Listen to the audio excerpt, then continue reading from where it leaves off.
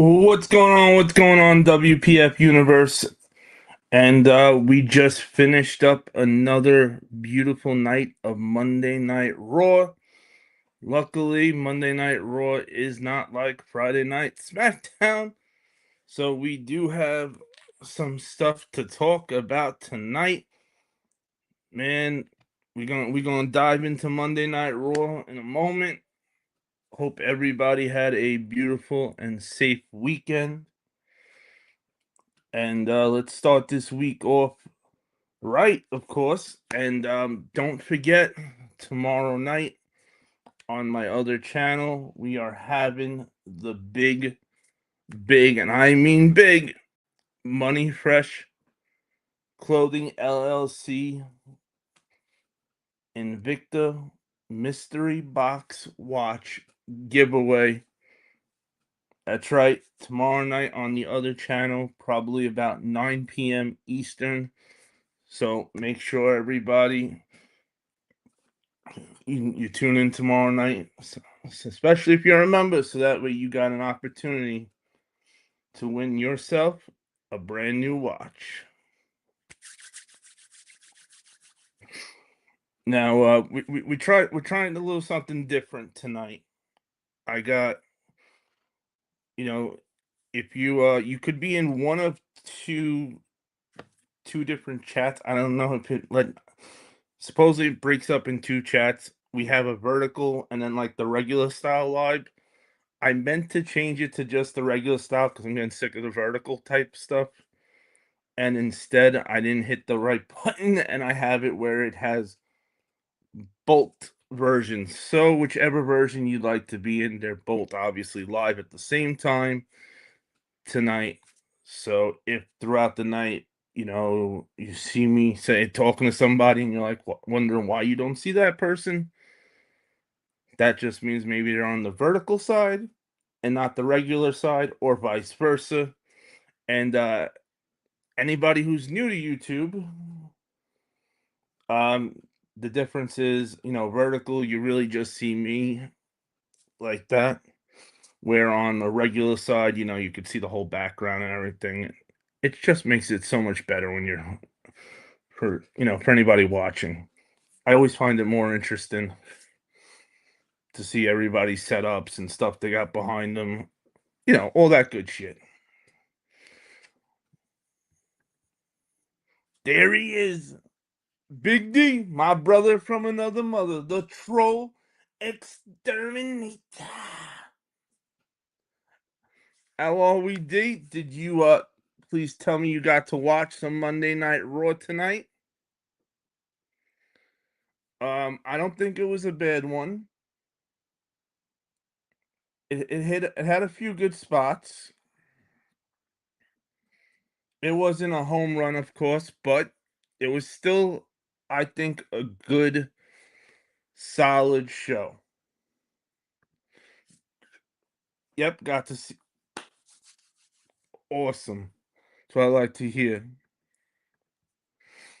So, right off the bat, I was expecting Roman Reigns to be here tonight. I thought we were gonna have Roman Reigns, and not only have Roman Reigns, I thought we were gonna get Roman Reigns going as hyped up as I was last Friday's live. I thought we were gonna have Roman Reigns like that for sure. I didn't think there was any chance Roman was not making an appearance tonight after what went down last week. But hey, when you get paid the big bucks, you don't gotta make every date. So I get that side of things too. But the Usos, aka the the new made men of the bloodline, and Jacob Fatu were in the building. And even though Roman wasn't there to kick this show off tonight, who was there? That guy who has a problem and can't stop yelling "yeah" randomly out of his mouth all night, and that's the one and only LA Knight. So we had LA Knight followed up by Pew Pew himself, Solo, kicking off this Monday night. Hey Hunter, I don't want to talk about Roxanne. It's still too soon. I got you, bro. We're gonna skip we'll skip right over that. We'll skip right over that part. I got you, my brother. I honestly I knew coming into it that it might be a sore topic. So we're just gonna pretend like it just never happened. Just it didn't happen. It did not happen. Nope. Didn't happen. They can't they can't prove us wrong. It never happened. I don't care what they're gonna do. Show a clip. AI. That's right. I'm saying it's AI. That's all. Completely out of it. Nope. That was AI. It never ever happened. And hey, and that's what I'm sticking with. Like, not I'm not going. We're not going to say anything more about that clip, about that, about the segment that didn't happen tonight. So we start off with LA Knight and Solo. They didn't come out together, which was the right way to start it off. LA Knight came out first. Then you had Solo Dolo come out. They were having a little bromance action going on. And then who comes out, of course? None other than the Uso brothers. And they are not happy. They want to fight. They're looking for a fight. And they're going to get a fight.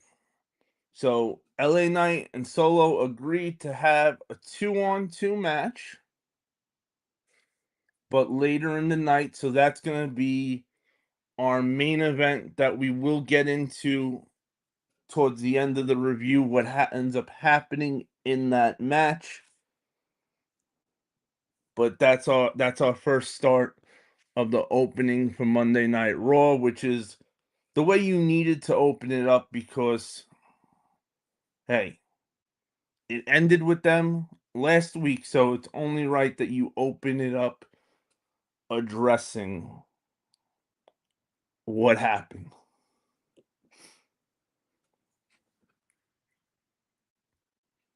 What up, big man? Hey, big man. None of that shit from that happened last week, man. I don't want to see none of that bullshit that happened last week, or should I say last Friday. Yo, somebody says something you don't like or disagree with, keep it to yourself. You don't like somebody in the chat, just block them. You don't make it a spectacle and try to change all the focus to a problem. I'm telling if you have a mod wrench tonight and somebody starts a problem tonight, get them out of here right away. You don't gotta ask me about it. They're gone. Because what happened in the beginning of Friday night ain't gonna happen ever again over here. Yo, CP, what up, my brother? I didn't know it had an early start time, so all I got to see was the main event. Overall, how was it? It was a solid. It was a solid show, but you saw what you really needed to see. And CP, I'm gonna save you. I'm gonna save you 2 hours. Easily save you 2 hours. So you're more than good. You ain't gonna have to rewatch nothing. You're good. Good. All right. So CP, just to catch you up, and good time because we're just starting the review. LA Knight and Solo have agreed with to take on the Usos in a 2-on-2 tag match.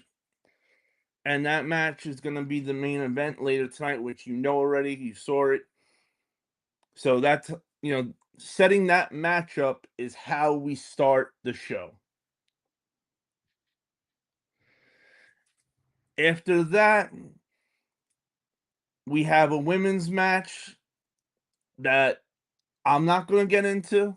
My brother D, yo, I know it's too soon. It's too soon, so I'm not getting into it, D. Just for D. The troll exterminator, we're not gonna touch it.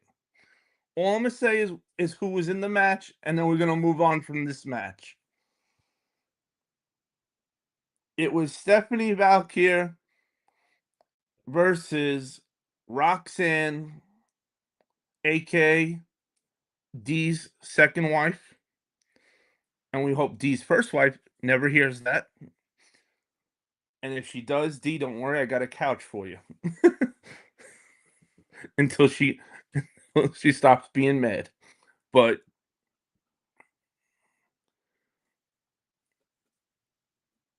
obviously, if you see what they're doing right now, if Stephanie Valkyr is gonna have to face Liv Morgan, they're gonna feed her everybody in the Judgment Day until she gets up to Liv Morgan, which isn't great for the other wrestlers that are in Judgment Day. I see when we got War Games all set up now. Just my perdition. For real. Then after that women's match, that might have happened, might have not happened. I'm still in denial, saying that Raquel versus Roxanne never happened. You can't make me believe it happened. It was AI'd. That's it. That's right. It was AI'd. Then after that goes down, we cut to a backstage scene with Rey Mysterio and his bastards of his son Dom from the Judgment Day and JD, and they're arguing. And Bouncy comes by, and Bouncy's not looking to be just let's laugh along guy tonight. Bouncy is upset. He's mad. He's got a big match tonight with Big Cass, and he's in serious mode, and thankfully he is, because hey, I like Bouncy, but we need Bouncy to be serious every now and then. Then we cut to Dread. After that segment, we get to our next match. What up, I am number one? What up, fam? I'd rather watch AAA or AEW or TNA wrestling tonight after seeing Raw tonight. I wouldn't go that far. Raw wasn't the greatest Raw, but Raw was still good. You still got we still got a lot out of Monday Night Raw. If you watched the whole thing, if you didn't watch the whole thing, then you might have not realized the big parts that happened. You had AAA had two big matches tonight of their tournament on Monday Night Raw, which by the end of this review, you will know who the last two are. I think the last two, at least, to fight, and the winner will be to go on to the world title for Roman Reigns. So, ooh, there he is. Yo, Raw man, what up, my brother? How are we? How are we?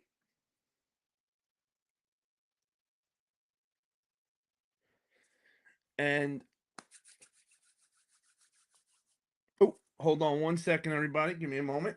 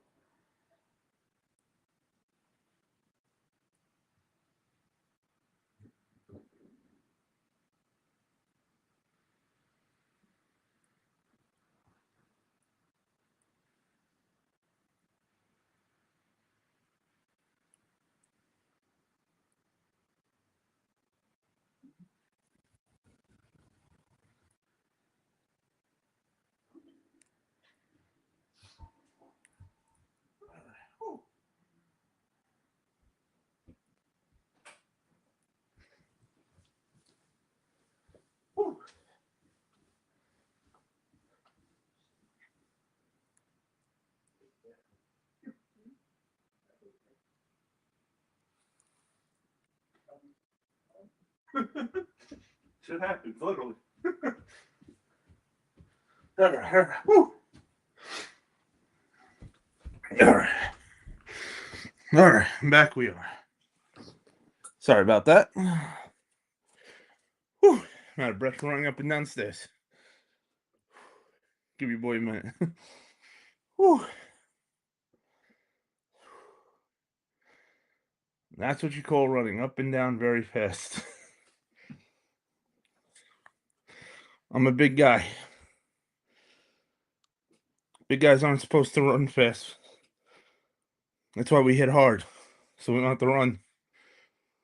All right.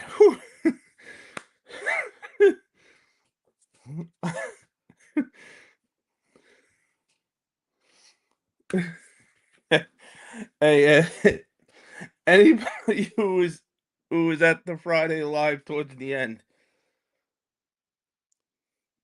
I know I know for sure. I know Raw Man. I am number one. Don. I know the three of you guys for sure with it. Hope you enjoyed that.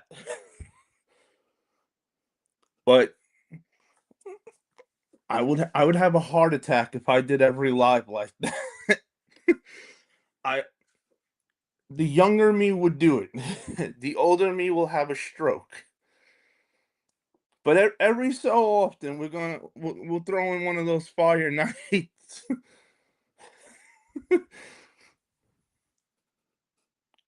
But it was absolutely unbelievable last week. The second I had a few friends that watched it just to see. They just wanted to that aren't even into wrestling. They just wanted that when they heard about how crazy I got on the stream, he had to tune in to see it and couldn't believe it. And hey, you guys in chat were awesome. Once I saw you guys were having fun, it just made me. I just got more hyped up, and we were off. We were off to the runnings. I wish I could be yelling and screaming like that every night. But man, was that not a fucking night or what?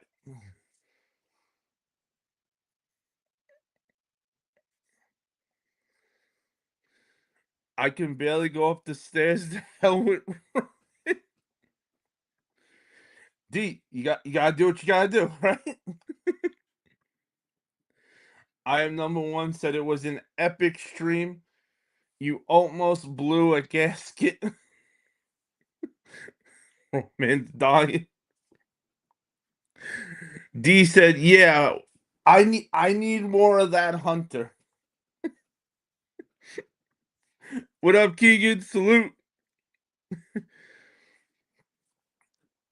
Hey, we we'll have nights where you'll get more of that. But and I wish I could get hyped like that every night, but I'm older now and I'll have a stroke. I'm tired from running up and down the stairs already. Shit. But maybe once I get some energy and breath back and I could fully breathe normal again. Maybe maybe we'll get some hyped upness, but man, if I was ever gonna tell WWE to listen to a live, that definitely would have been it. I could say I didn't. There was no holding back. They, they absolutely heard how I felt 110%. You think that's fair, chat, to say, right? Do you think I held back at all Friday night or what?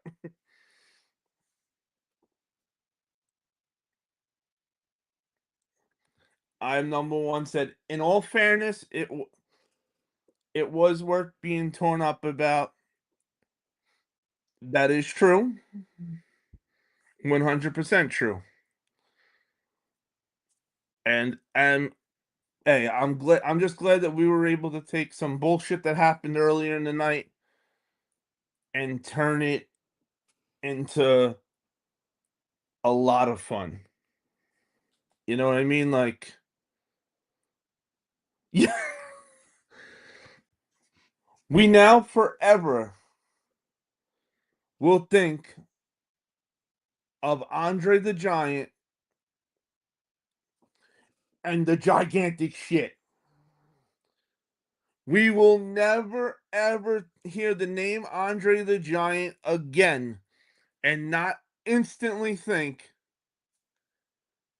gigantic shit. Never again will it ever happen.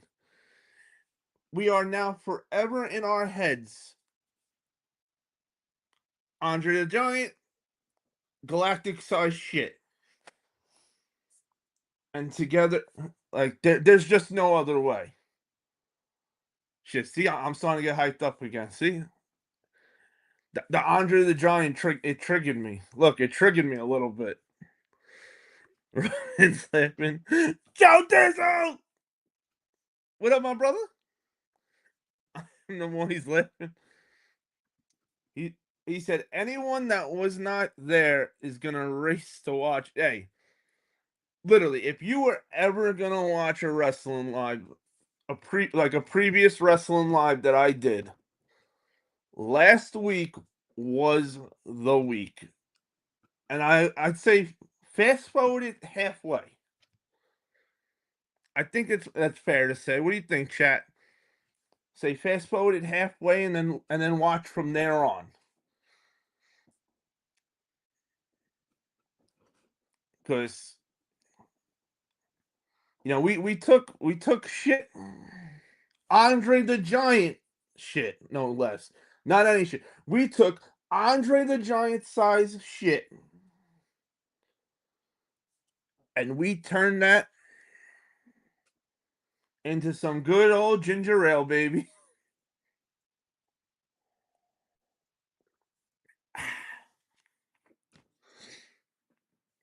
Definitely, right? D said Furillo, SmackDown needs to be better. Raw destroys. Not even like it's close. Monday Night Raw takes its pocket out and dog walks SmackDown up and down the block like a little bitch. Week after week after week after week. It is absolutely pathetic now. You're the number one company and you can't put two good shows. They don't got to be home runs every week. We get it. There's no off season. It's every week. Plus pay-per-views, plus special shows, plus dark match shows. We get it. It's a lot. It's not unrealistic to expect at least an okay show. Give me something to want to talk about. Don't give me a full show of just filler bullshit.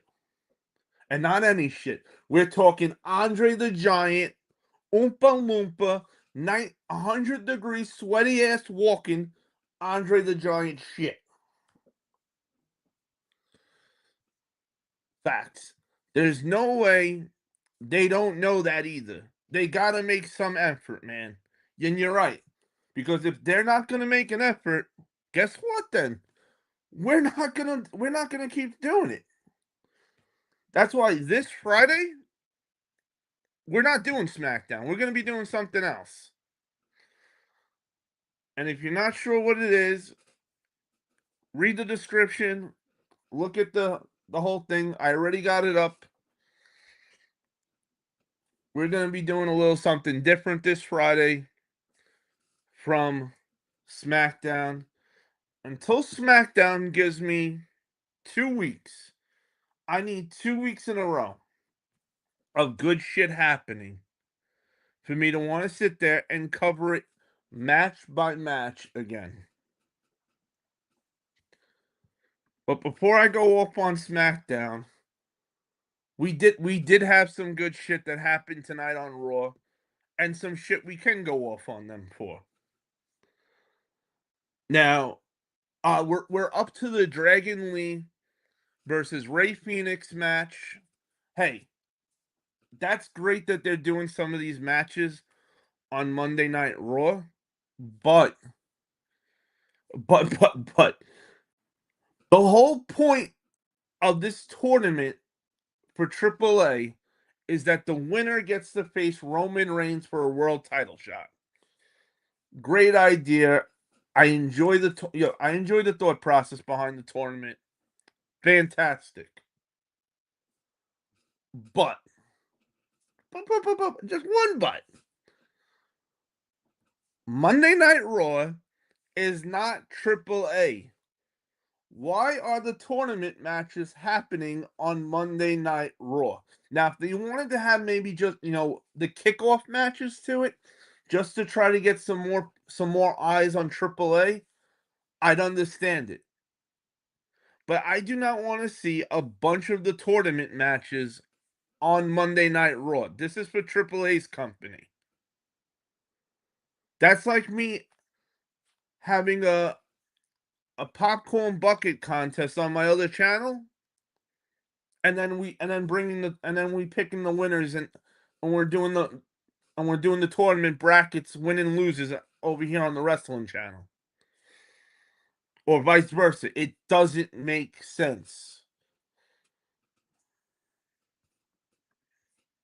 D said the numbers don't lie, bro. SmackDown averaged 1,247 viewers at a 0.30 rating, and Monday Night Raw is drawing 2.6 million. Bro, that's a big difference. So we're talking 1.25 million rounded off to 2.6 million. That is over a million. We're over a million viewer difference. So we're not talking like 10 kids. And we're not talking about diehard indie guys. Like, no, we're talking the masses. The overall masses. A million plus is overall masses. That is not to just one group of people. That is to every group of person that is watching, for whatever reason they're watching, wherever they are in the world. They're included for this. And that's bad. That is so bad. And if you've noticed, I'm pretty sure it's safe to say Solo has moved from SmackDown to Raw.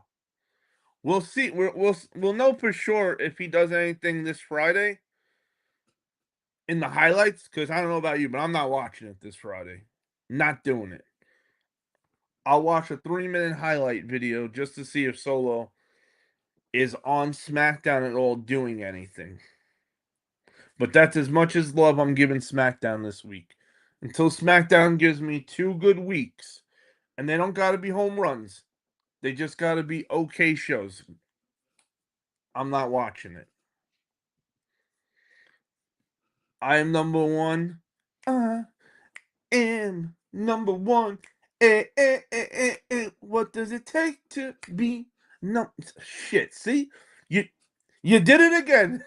You did it to me again with the Nelly song. I am number one. Either I gotta get I am number one a nickname, or I'm sorry, you guys are gonna have to keep hearing me sing a verse from Nelly's song every week. That's just the situation now we're stuck in.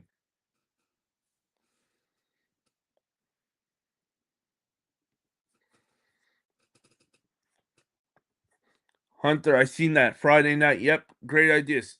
No, not a SmackDown throwback. It's a throwback night. Nothing to do with SmackDown. SmackDown has no precedence. It's a throwback wrestling night. So that means any company, ECW, WCW, Attitude Era, Ruthless Aggression Era.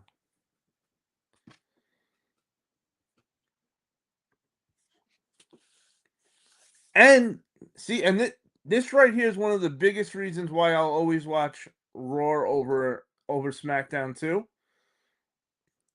Raw is on Netflix, SmackDown is on USA regular cable. I don't have regular cable. I do have Netflix. So it makes it very easy that I can watch Raw. And if I don't watch it at the time it starts, I can still watch it like that and fast forward through stuff if I need to, which I did tonight. I didn't start watching Raw tonight till 10:30. So I literally watched Raw and jumped on.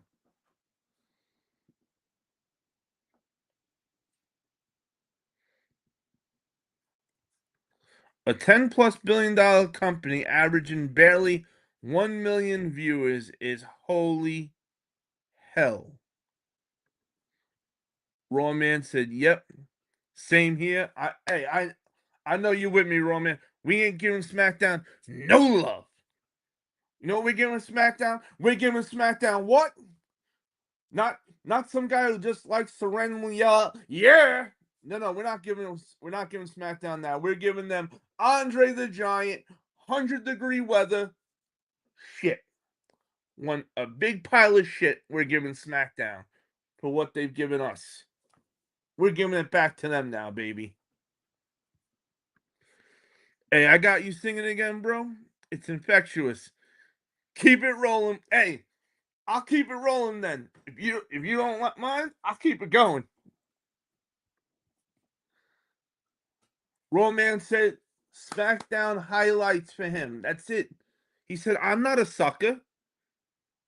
Not a sucker. You're not gonna give me bullshit and take 2 hours of my life up and feed me dog shit." Sorry, not dog shit. Andre the Giant shit. Maybe it's SmackDown. Maybe it's just SmackDown that gets me real mad. There he is, the man who rides on fire, the Tuesday night co-host, the man who's going to be doing the big giveaway with me tomorrow night with Money Fresh Clothing LLC, baby. Ghost Rider. What up, Ghost? How's it flaming? Like that, right? Because, he's on fire. Ghost Rider's always on fire.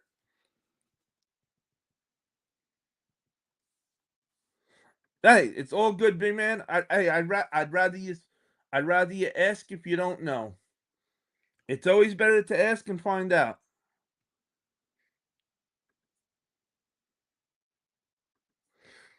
D said, "I only watch SmackDown highlights." You know why? Because D he's not with Andre the Giant shit. Nope. The stream weekly is exponentially more fun and entertaining than SmackDown. I'd rather get the Cliff Notes here and enjoy the. Oh! Oh! I like that. Where's my Ula Fowler in black to throw on you right now? I like that I'm number one. That's what I'm talking about. Tell him. We are having more fun than SmackDown. Even when SmackDown gives us shit, we still make it sound better than what it was. You're right. Absolutely right. All right, let's finish this Raw review, so that way then maybe you'll get me. Then maybe I'll yell and scream a little bit about SmackDown more. How about that? Rey Fenix advances to the finals. Great match between Rey Fenix and Dragon Lee, which, if you know the story, I'm biased with this match. I wanted Ray Phoenix to win. I still got a little grudge on Dragon Lee. The guy's reckless. He's absolutely reckless. 2019 WrestleCon. I'm sitting front row. This guy, not Ray Phoenix. Dragon Lee goes to do a dive, and the guy moves, and he's going so fast, and that even with the guy moving before he should have, he's still full blast like a bullet coming. Went over that guardrail, landing on me and this poor girl next to me. And I was just so mad. I had him like laying down like on me, and I got up and just threw him off me like. And did this guy jump up and say, "I'm sorry for landing on you? Are you okay?" to me or the girl next to me? No. He got in my face like a tough guy for a minute. So, Dragon Lee, I got nothing for Dragon Lee. He could have did it he could have did it right. He could have made it right that night. And the best part of that night was at the end of the night, because of what Dragon Lee did, Will Ospreay gave me an autograph for free. Will Ospreay made it right. The guy who had nothing to do with Dragon Lee's match. All Will Ospreay had to do with the entire situation was that he was the main event of the night for the company. And at that time, that company was known for taking the best wrestlers that weren't WWE and putting on a show WrestleMania weekend every year. That was the big thing they did.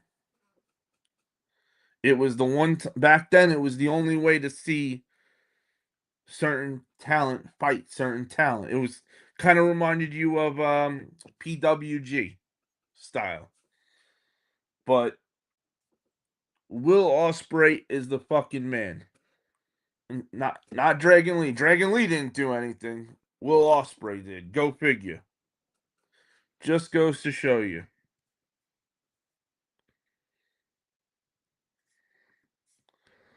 Hunter, it is Sunday night main event this time.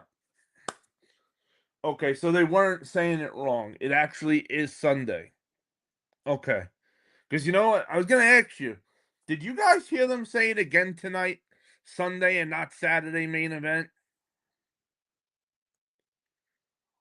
Why are they doing this? Why not just make it a different kind of show altogether with the name wise? Why does it have to be a Saturday main event on a Sunday? Just make it a different name that has nothing to do with the Saturday night main event. You're WWE. You want to throw a big show that's not as big as a pay-per-view? Do it. You're the number one company. Who's going to tell you no?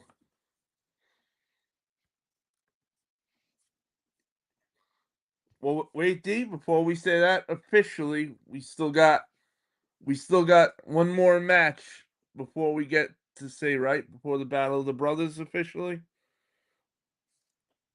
That happened that night. We had, and you know what, I'll skip a little ahead for a moment so that way we could hit that and while it's fresh. We had Penta then versus La Parka.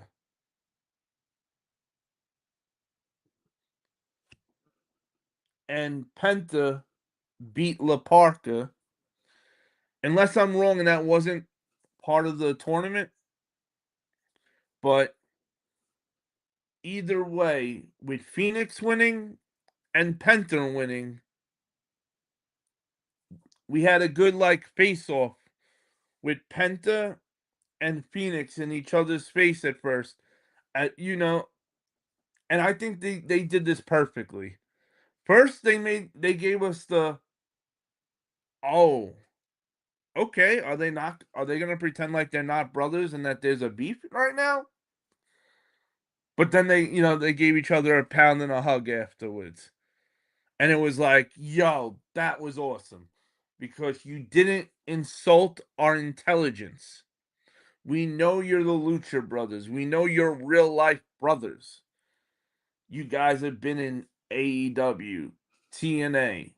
Shit, you've held both companies' tag titles, plus other companies. We know who you guys are already.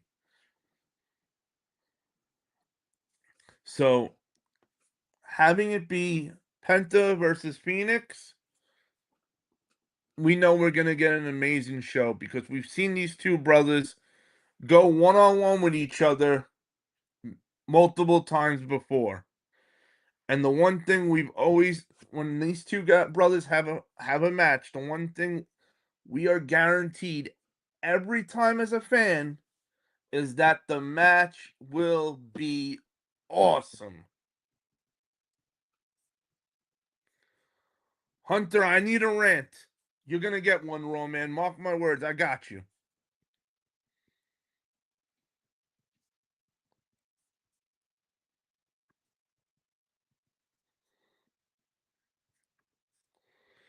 Yo, Osprey is a solid effing dude. You damn right. Absolutely.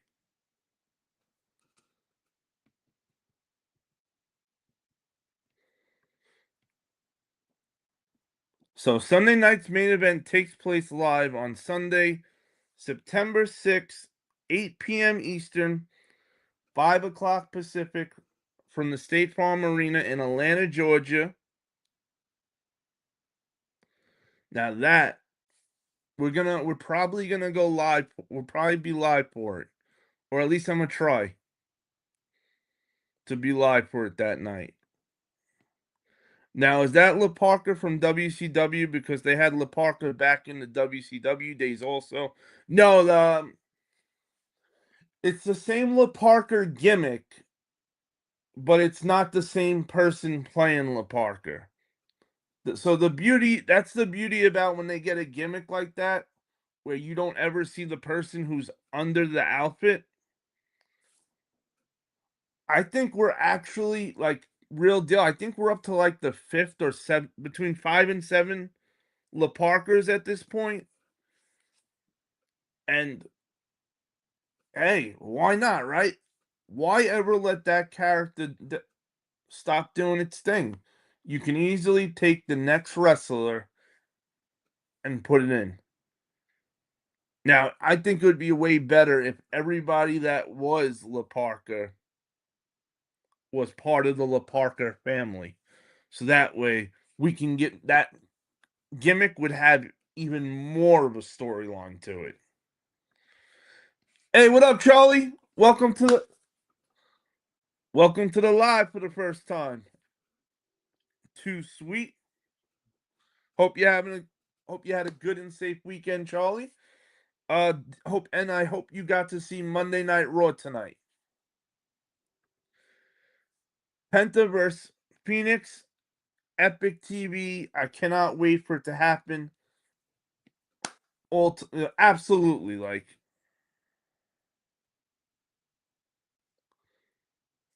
he said. Thank you for the welcome. I've been here before. Well, then, Charlie, we need to see you come more often. Then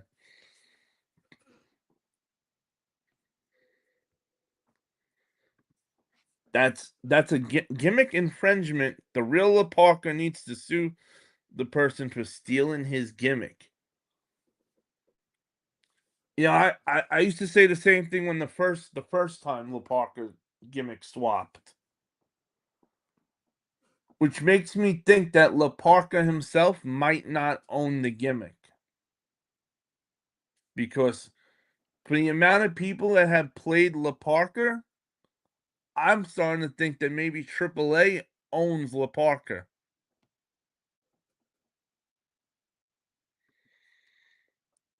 Well, Charlie, we're reviewing it right now, so if you decide that you didn't want to go back and watch it, you won't have to after tonight either.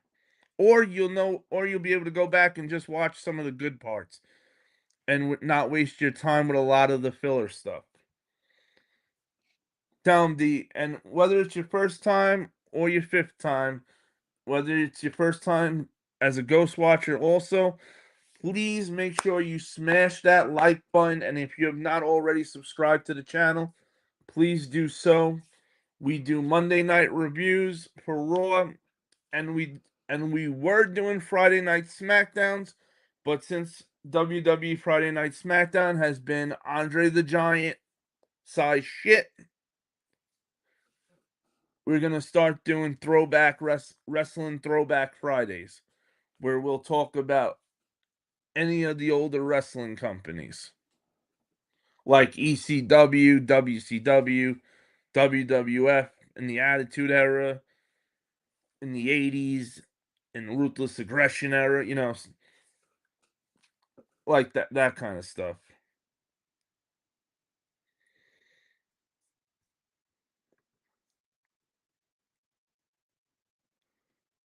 Hey, what up, Derek?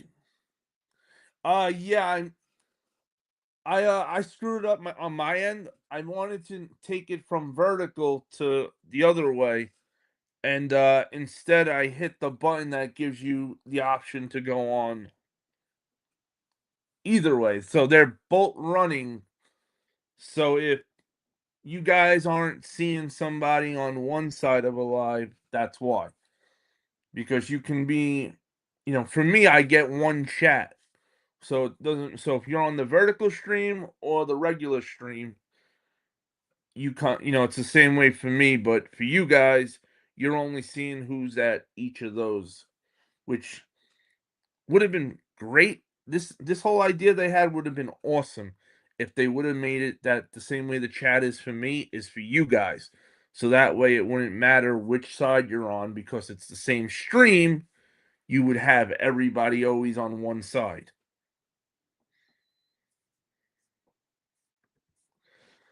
The Mexican professional wrestling promotion Lucha Libre AAA Worldwide owns the La Parker gimmick.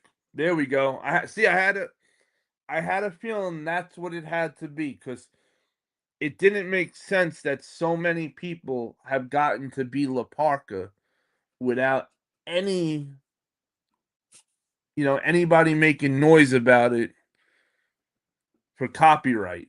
And these wrestling companies will sue you in the snap of the fingers for copyright infringement.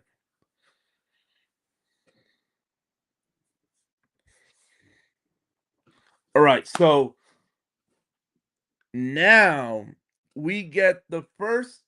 This is the first thing you really needed to know tonight that happens on Monday night.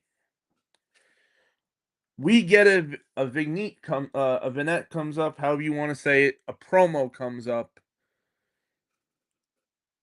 introducing somebody brand new that's going to be coming to the women's roster. And this promo package that they set up is for none other than Lola Vice, baby. And at the end of that promo, it says 9/14. So September 14th, Lola Vice will officially be on WWE Monday Night Raw main roster. So Lola Vice will be shaking it every Monday night now. And hey, you knew the minute Lola Vice lost the NXT title that she was on borrowed time at NXT. That it was only time until she hit that main roster.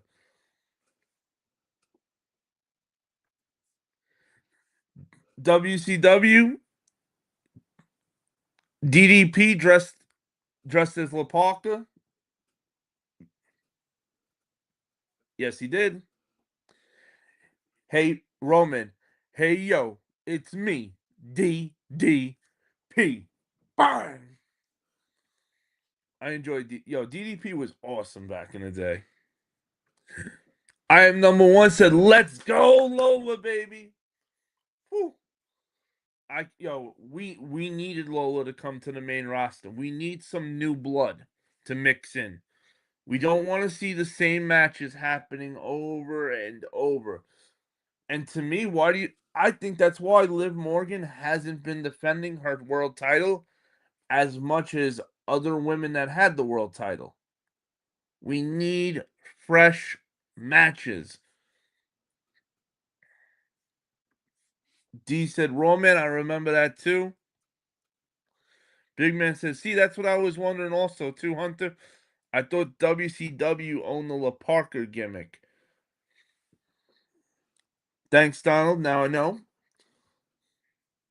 So, AAA is where La Parker started, but for us, back then, we wouldn't, we didn't, you probably didn't see AAA like that back in those days.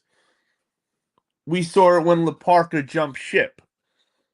And my guess would be WCW had a partnership or agreement, because there's no way there wouldn't have been a lawsuit. Look at that. I barely even finished saying it, and he got it. He got us the facts. WCW had a partnership with AAA back in the day. Love it. Freaking love it. La Parka was a huge deal before he hit AAA. You know, La Parker has never not been big. I gotta say, I've never seen like La Parker do something where it wasn't like, yo. And his outfit was dope as shit. Who doesn't love a skeleton? And like a skeleton that looks cool, not like not like a Kmart skeleton. Shit, see, that's how old I am. Uh, there might be some of you that are like, what's a Kmart, right?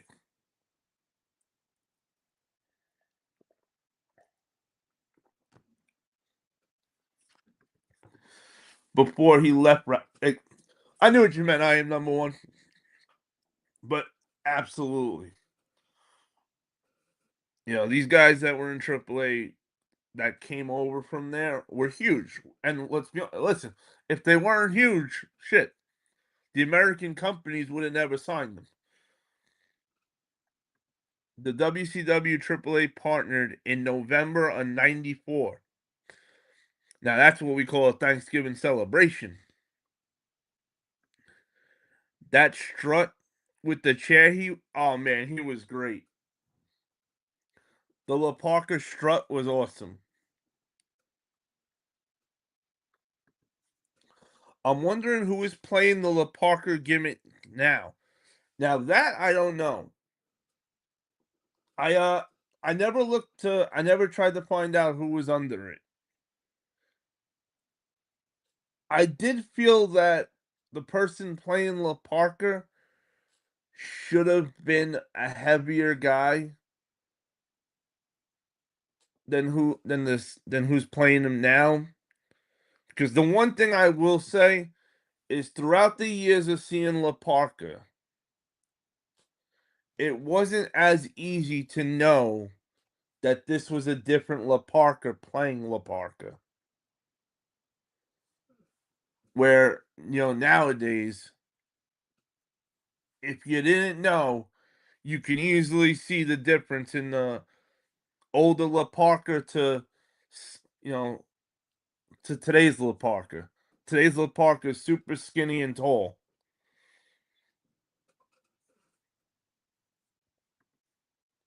I know I'm gonna be looking at. I know what I'm gonna be looking at when Lola Vice comes out. If you know what I mean. Roman, I don't have a clue what you possibly could mean. Are you talking about all of Lola Vice's wrestling assets? I mean assets, not assets. I mean assets, right? Damian Priest, you are one lucky SOB. And if by some chance, Damian Priest, you ever see this, high five for that.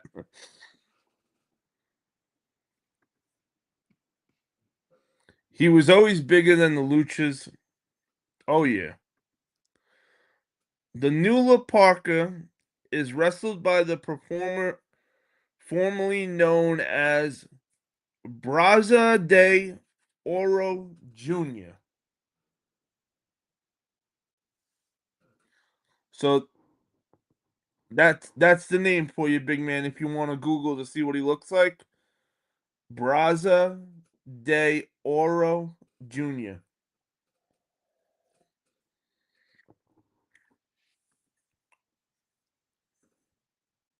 Yep, big man. Look right above you. He got you. Roy.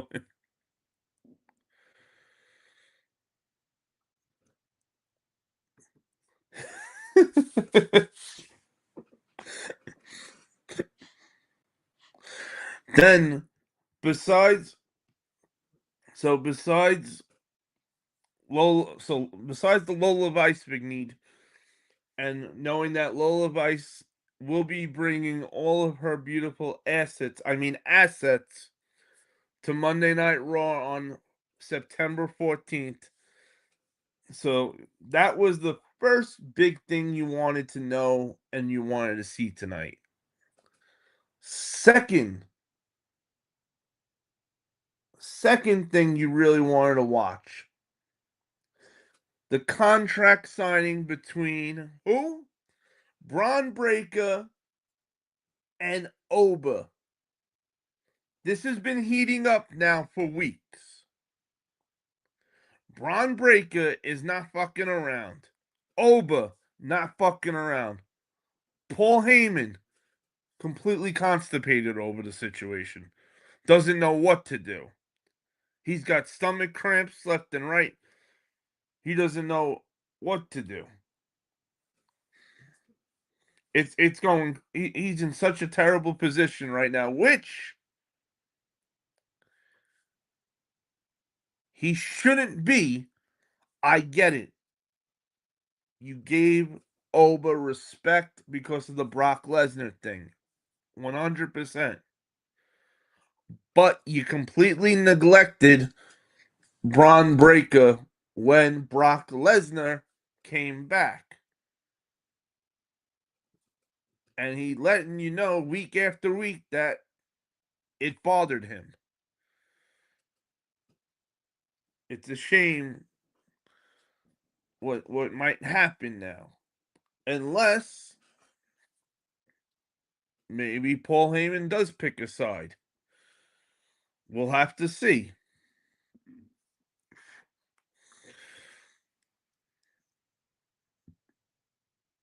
I really want Braun to go over. They're trying to make Oba the new Goldberg. Hey, there's only one Goldberg. We don't need a Goldberg replica. So creative, don't stop what you're doing already with Oba. Stop trying to make him like Goldberg 2.0. Make him like Oba 1.0. The guy is super talented. He's got the look. He's a big guy. There's no reason to try to attach him to the Goldberg recipe. Braun asks Ober, he looked at Paul Heyman. Should you ask your daddy to sign it for you?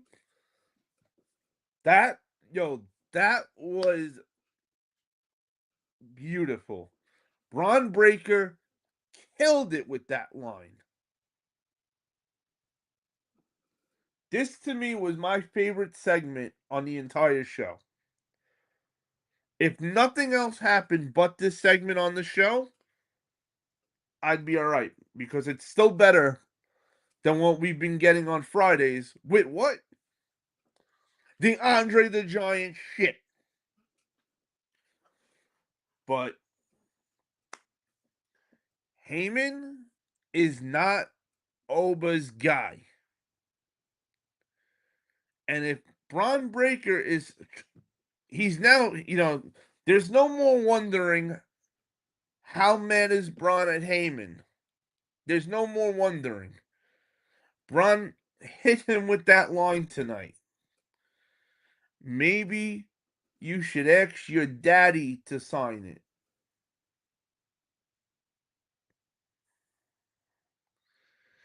And you saw Heyman's face, like, he was even so mad about it.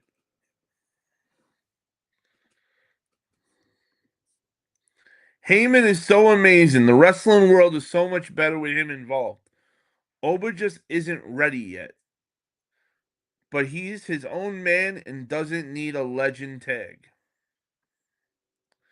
Best part was was bum ass Austin Theory going through the table. And you know what? The minute Austin Theory got involved, I, the person I was watching, I turned over to him and I said, "Any chance you want to bet Austin Theory's the one to go through the table?" And that was the right way to do it. Braun should have never gone through the table. Oba should have never gone through the table.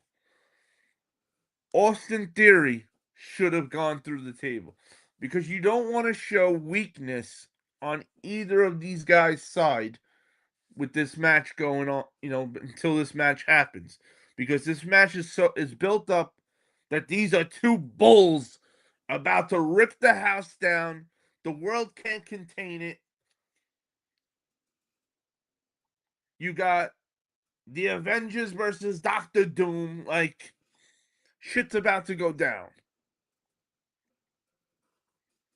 Like, this.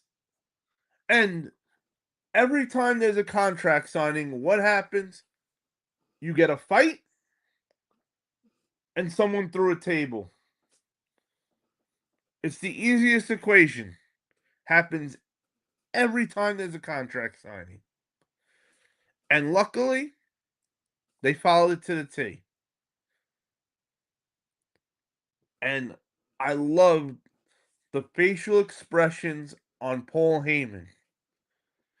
He had that real deal constipation look, like he was fucked.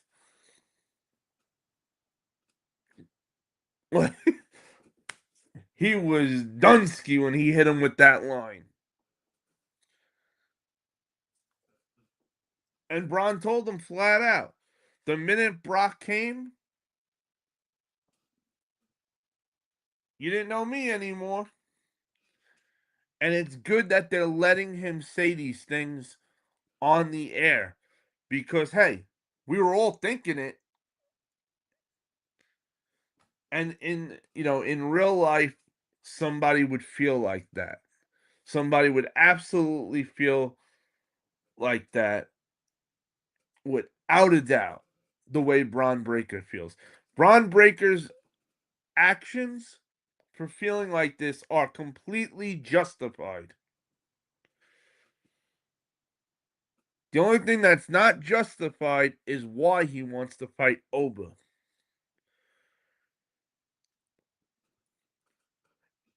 Your beef with Paul Heyman and your anger on how Paul Heyman has made you felt,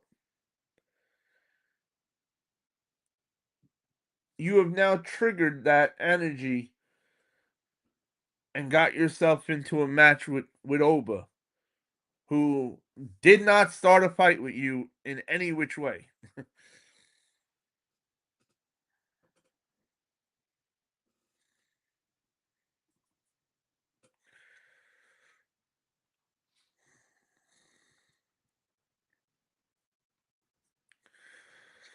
See.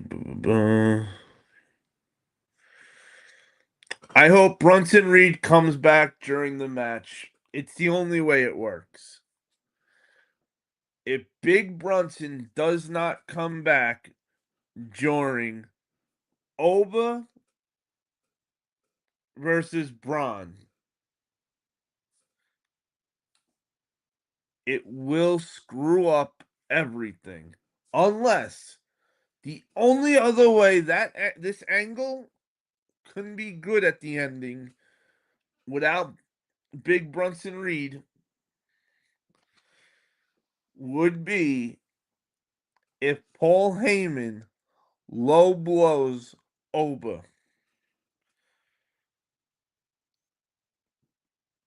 If Paul Heyman, the ref gets knocked out, Braun's about to hit Oba with a chair. Paul Heyman stops it. Pulls the chair from Braun. Turns around and goes and shakes Oba's hand and kicks him right in the nuts. And right after he kicks him in the nuts, he sidesteps and Braun Breaker spears him. Not once either. Oba then gets back up, gets speared again.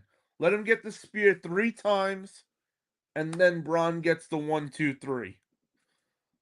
That would be the only way I think you keep Oba you keep Oba as a good face. Where Oba can take an L without it looking bad. Because then you can say the only reason Oba lost was because Paul Heyman low blowed him, which is the truth. Now, that's the only other way it could work if plan A doesn't happen. And man, if plan A doesn't happen with Big Brunson comes back and squashes Oba, then what are we waiting for? And not for nothing. Big Brunson, man, you're a big dude, bro. We want you back. But can you do us all a fucking favor? Don't post pictures of you in the gym all jacked up. Don't do that shit. Because now you're showing all of us that you're not hurt anymore and that you're good to go. I would have rather us all not know that Big Brunson is in the best shape of his life right now and is ready and good to go. Because now I can't look at this match without him interfering. I would have loved to just think that maybe, just maybe it happens. Not it needs to happen. So that way, because with a maybe, now if it happens on a maybe, it's still a surprise. And it's still awesome feeling. But now now that you know he's ready, he looks good. Now if it doesn't happen, we're kind of gonna be let down. We're gonna be let down a little bit. And then forget it. If they don't capitalize on the way they end this, if they don't do with Big Brunson interfering, and Paul Heyman doesn't interfere, or goes to interfere and doesn't successfully pull it off, you might just WWE might have just killed 2 characters at once. This is a big match. This is more than who's the future, blah blah, for bragging rights. This match does not go the right way. One of them or both of them can come out looking like a joke. And then there goes the whole mystique of these guys are the baddest mother effers walking around.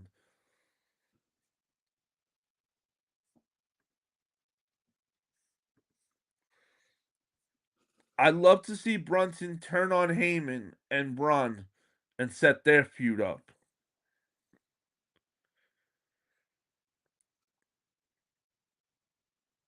You know what? That could very well happen too. Brunson comes back. Everybody thinks, oh, it's perfect. He's going to squash Oba with Braun. But instead, he squashes Braun.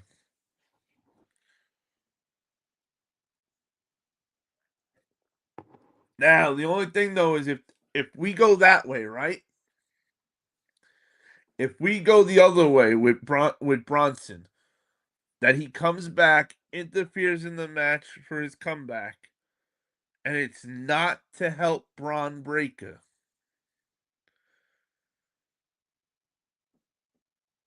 Does Paul Heyman stay with Braun Breaker at that point, or does Paul Heyman, Big Brunson, and Oba become a faction? A faction we never thought about and never could see happening. You know, there's a lot of great things that could happen. This match is so much bigger than people are realizing that it is. But none of these ideas and possibilities happen if Big Brunson does not make his return for this match.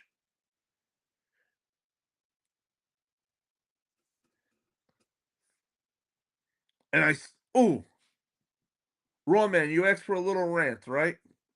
I give you a little rant. Big Brunson Reed, bro. I said it before. I'm gonna say it again, and this goes for any wrestler that's injured and ready to come back. Do not, I mean, do not post pictures on freaking social media of you in the gym, of you looking like $1,000,000. You do not, you kill the surprise.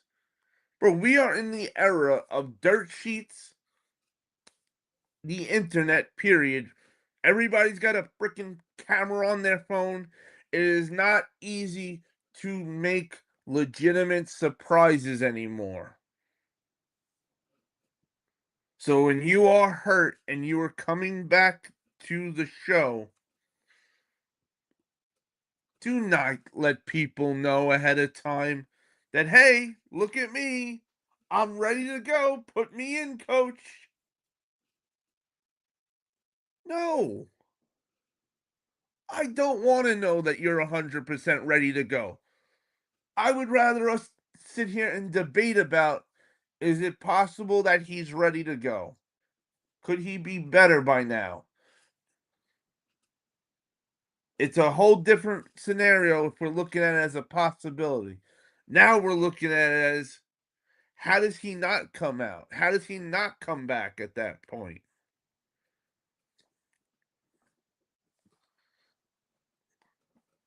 And it's all because of what? Because he put a picture up of him looking jacked, letting the world know that, hey, I'm ready. Well, thanks for ruining the surprise, asshole. Kids don't curse.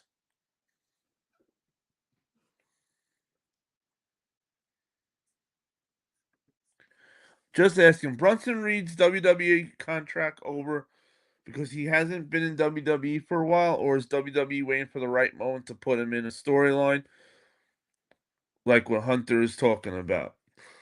So Brunson Reed had left originally over an injury, not that his contract was over. And they now are waiting to put him back in.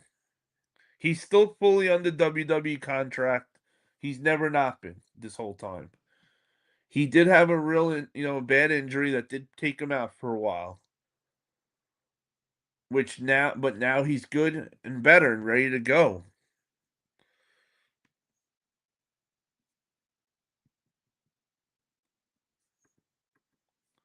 Dude looks jacked and lost a ton of weight.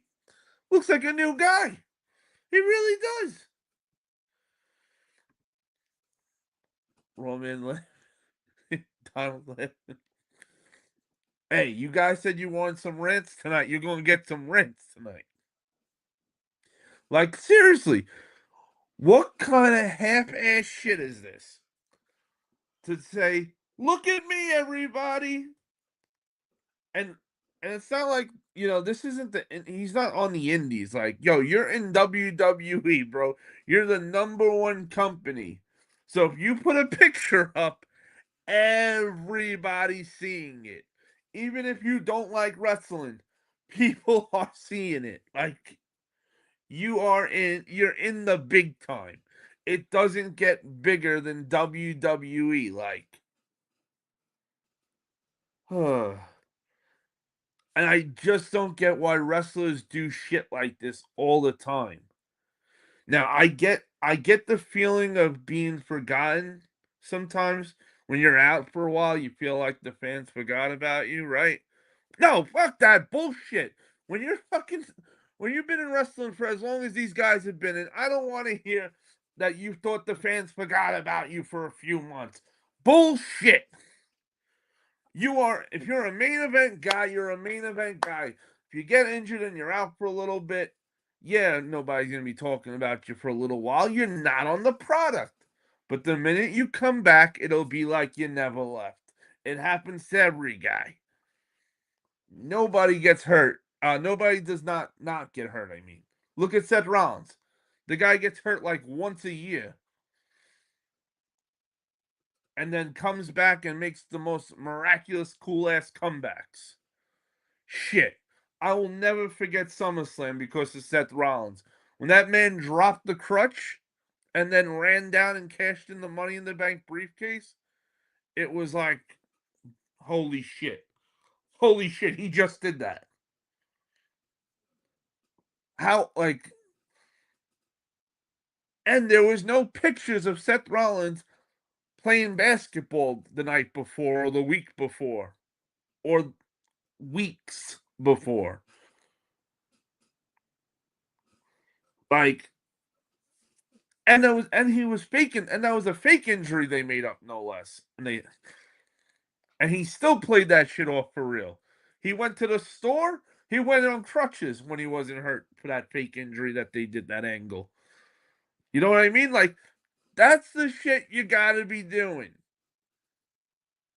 If you know what I'd be doing if I was Big Brunson, I would have been posting a picture with like a cast or something,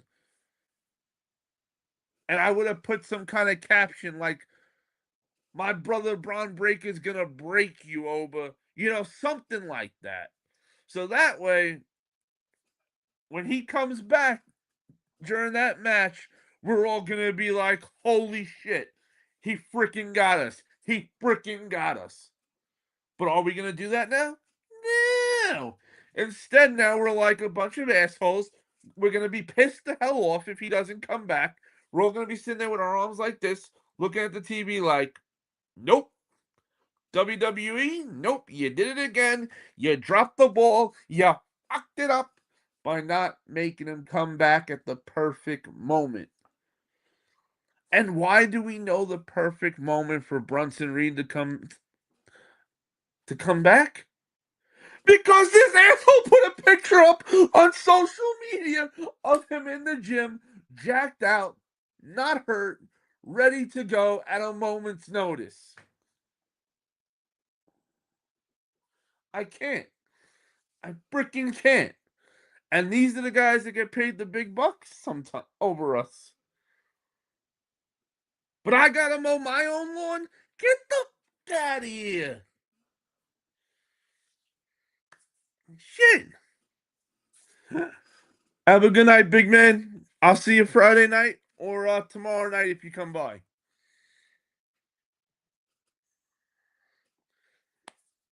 Now, what do we have after that? We had Big Cass. Oh wait. Say it louder, Hunter, for the guys in the back. Hey, we're all blaming Raw Man for this. This is Raw Man's fault. He said he wanted a rant. He asked for a rant at some point tonight. So this is Raw Man's fault. Sorry, we're blaming Raw Man for it.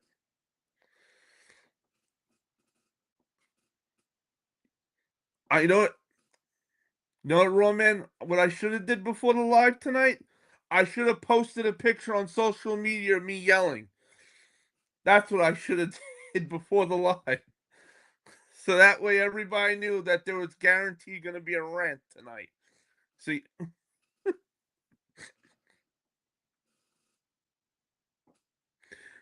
no, we credit Raw Man, no blame. That's right.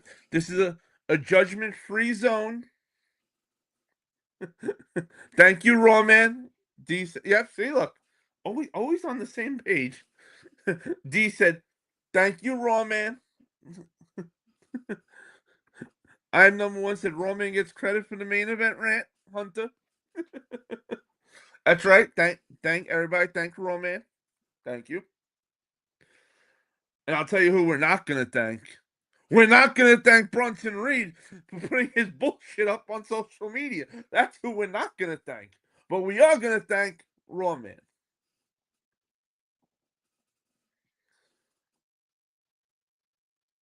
All right, so I don't know if you guys have been hearing any of this stuff recently with Big Cass. And at first I wasn't really, I was just brushing it off. And then I watched the match tonight with him to see if there was any truth behind this. So, in case anybody doesn't know, Big Cass was going out with Carmella last time he was in WWE. They broke up.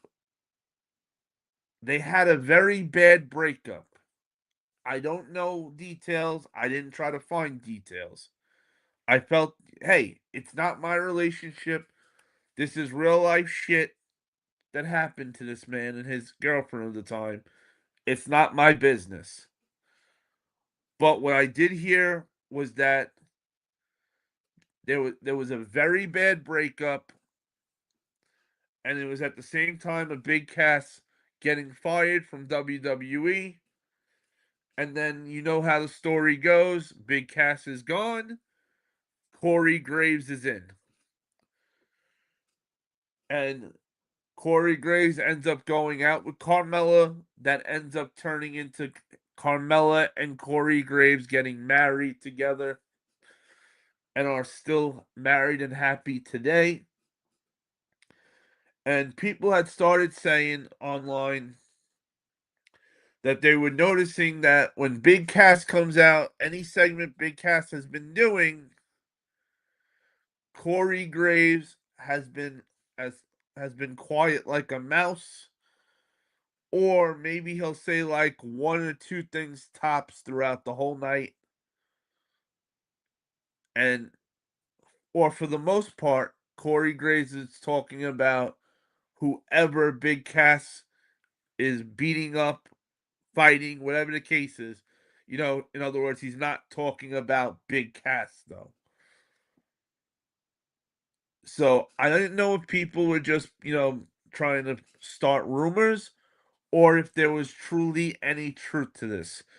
So what I did tonight during the Big Cass match with Bouncy was I was more watching and, well, not watching, hearing Michael Cole and Corey Graves call the match. And I gotta say, I think there's some truth behind these whispers. Raw Man said, I noticed that too, Hunter. I am number one said Corey is a bit butthurt.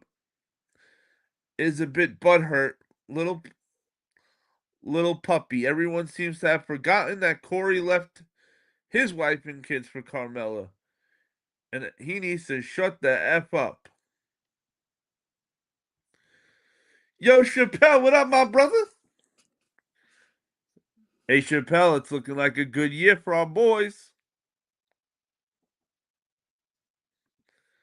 Big man said I'm gonna stay for another 28 minutes till it's 2 a.m. I'll be okay before work. There's the attitude, big man. Who needs electric? We got candles. I'm number one said it is definitely happening. Donald said it's 100% true. you, you, and Michael Cole called half the match before I heard Corey Graves say pretty much anything tonight. The first thing I heard out of Corey Graves' mouth about Big Cass tonight was him calling Big Cass a coward. And he was like he likes to go after guys when their backs are turned or sneak attack guys, something like on those words. That's that's what cowards do. That's a coward thing to do. And just the way he said it did not come off as normal Corey Graves. You know, Michael Cole was talking, I think the storyline is also hurting Corey Graves' ego because Michael Cole was talking about the the fake storyline that they're going with for Big Cass is that Big Cass is doing all this because he's mad that no one had his back when last time he was in the company, and it's not true. People had his back. He had a group with him, and and if you look at Corey Graves when this has happened, because you saw a glimpse of Corey Graves and Michael Cole tonight during it, and I swear, if you got anytime you saw Corey Graves during that match, he had that constipated look on. Like he was not comfortable. He did not feel good about what was going on. He looked like he wanted to just jump over the announce table and hit the ring. Luckily for him, he didn't. But Big Cass is like 7 feet tall and a monster. But you can tell that there is a problem with Big Cass and Corey Graves. And I don't care if they want to take a picture tomorrow, arm in arm, and say that there's no problem, it's all water under the bridge, or that there was never a problem. Actions speak louder than words. And Corey Graves' actions tonight completely convinced me there's a problem. I didn't give into it the first week I heard it. The second week I heard it, I thought people were just trying to talk shit. So, this is now the third week of after hearing it for the last 2 Monday nights already that I really put some thought and time into seeing about it, and man, did I see it.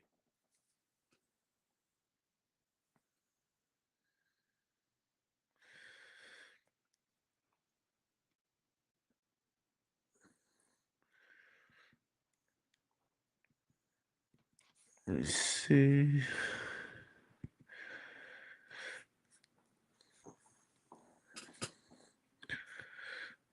Oh, NFC Championship game at least? Damn right. You damn right. Big man said, hey, P.S. Michael Hayes. I think he's mad because he got Big Cass's sloppy seconds. Sorry, I remember the Edge segment on Raw was too funny. I am number one said, and you can't teach that. That was good. That was good. Chappelle said, "Damn, big man, what the free birds do to you?" Right? Corey Graves was talking a lot of shit about Big Cass. I noticed that.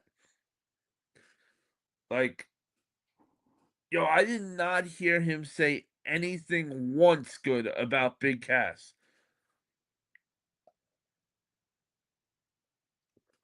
Not even like a not even like a regular Big Cass comment. Not even like, "Oh shit, Big Cass just hit the ring." It was either Corey Graves throwing down Big Cass or he didn't talk about him.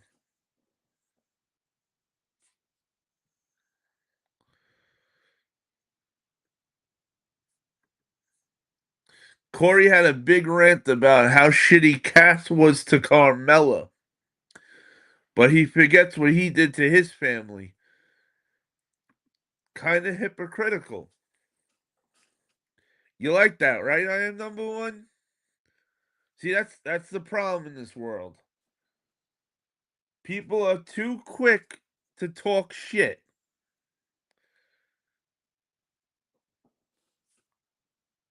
He was no angel to his family.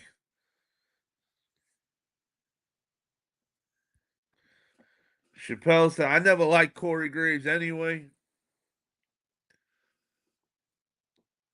You know, he's lucky Triple H gave him a freaking job.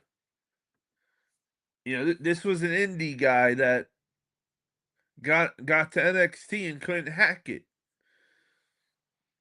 Let's be honest, he couldn't hack it.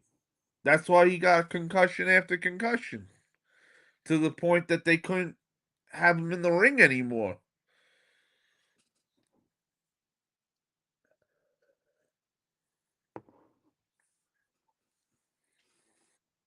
You know, people that get blessings like that really need to change their attitudes.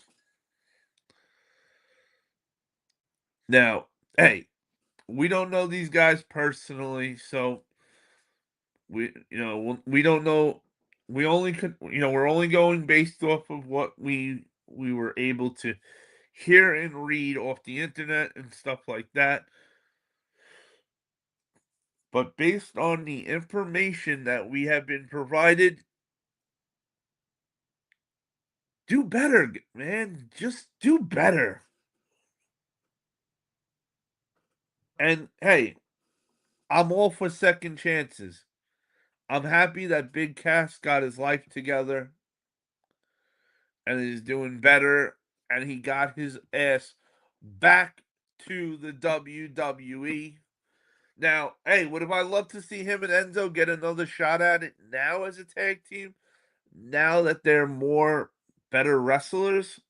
Absolutely. But I'm not mad that Big Cass is getting a singles run either. Come on, look at this guy.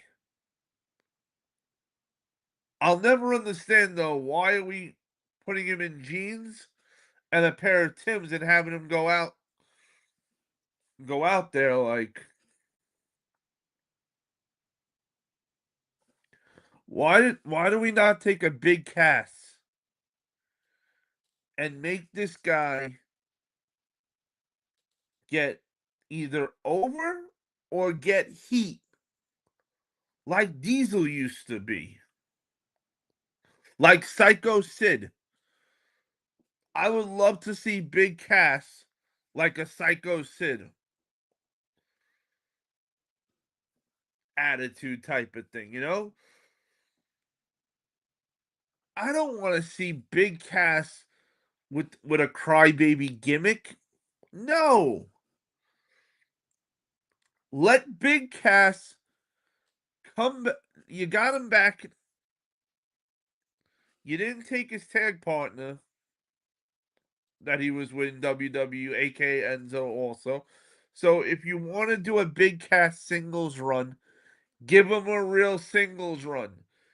Him going after the mid carders is stupid.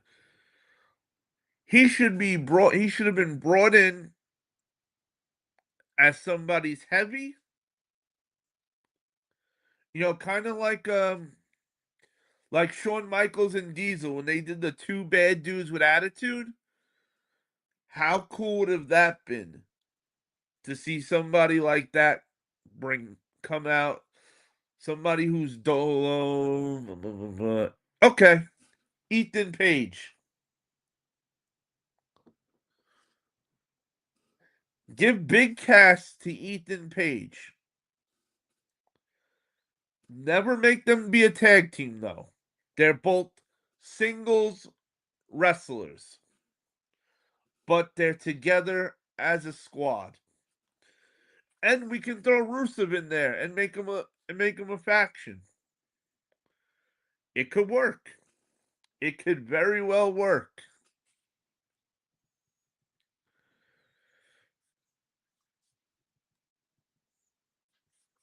Chappelle said, I never liked Corey Graves anyway.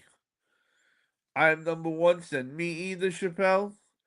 The injury shit was saving grace for Graves. He didn't have to admit he failed. Right? D said, I hate Corey too. I wish they would have fired his ass. It's it's unprofessional. I got nothing against the Freebirds. Just a funny segment. Chappelle said he wasn't bad in AEW. You're right. Big Cass was not bad at all in AEW. He did really good.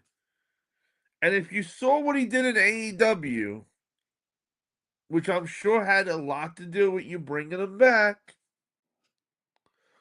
why are we not pushing Big Cass like a serious threat? The guy's only jacked out 7 feet tall, and if he really wants to kick your head off your shoulders, he will. And I want to see him jackknife powerbombing everybody that gets in his way. The guy is a 7 foot monster.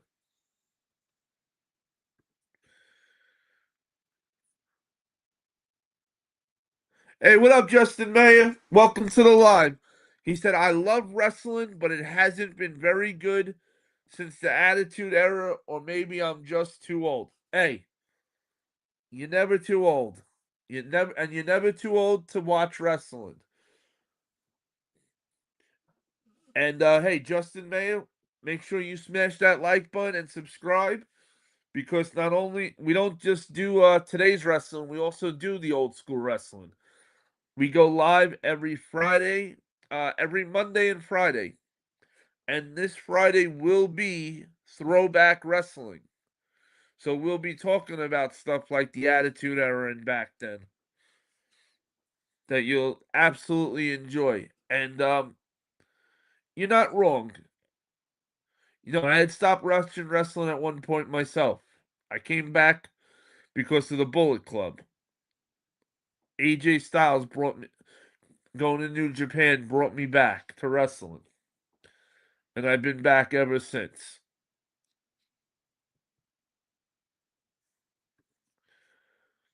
D said, do you remember Crime Time? They also would wrestle in Tim's and blue jeans. I do remember Crime Time. But at least, at least with them though, they had like that gangster gimmick. So I understood it more, the jeans and the Tims with them. But with Big Cass, it doesn't do it for me. Like the way he's coming out to wrestle should be how he looks when he's not doing matches. When he's attacking somebody, he's doing a promo in the ring, anything but an actual official match. Because shit, if I looked like Big Cass, I wouldn't wear a shirt ever either. Enzo had a great idea. Let Cass be upset that everyone focused on Enzo before, feeling overlooked and ready to prove himself. I thought that was great booking. Hey, I like the idea. I am number one, but the only reason I wouldn't use that though now is because Enzo's not there, and I think they're afraid that if they went with that, every time Big Cass comes out, the crowd may just start cheering for Enzo, and that could get to the point where nobody wants to see Big Cass anymore without Enzo. And I'm hoping that's what they were thinking when they heard that idea. But knowing the way they do shit, probably not. They probably got some stupid reason why they went with the gimmick that they're going with Big Cass. They probably played spin the tail of the donkey, and whichever asshole got their idea on the donkey's ass, they went with. Because at least if they did that stupid shit, then I can say it makes sense. I can say I completely understand then why we're going with Big Cass with a crybaby gimmick. A 7-foot guy monster who got his act together, and we're gonna give him a crybaby gimmick. Shit. His real life story could be the gimmick. I'm back because I got clean, and now that I'm clean, I want the world title. What more do you need than that for a story? Because if you're not here to win the world title, then what are you doing? The whole point is to be the guy.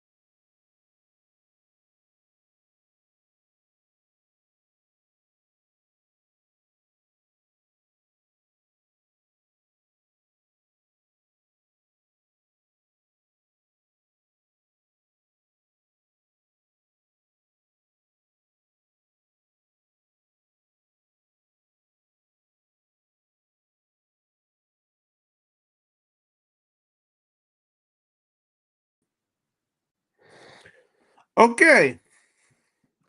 And that's what happens when the internet gives you the middle finger, everybody.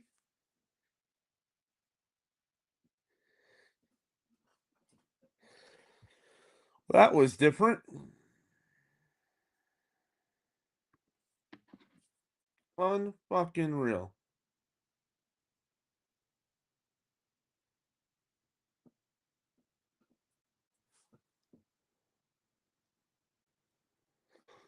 Could all you see me now? Like, are we all good?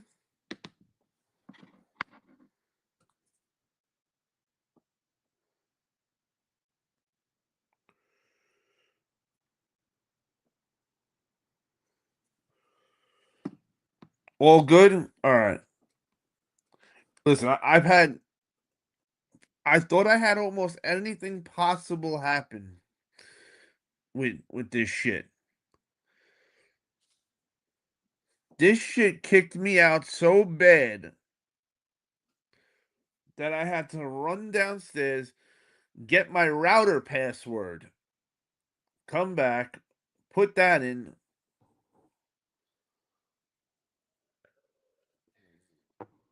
This was a new one. This was a new grand old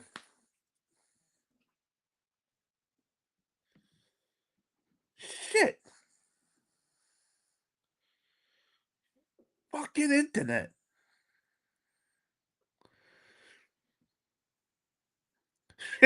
Anything can happen in here, WPF, ladies and gentlemen. You damn right. You damn right. Anything could happen. It is right.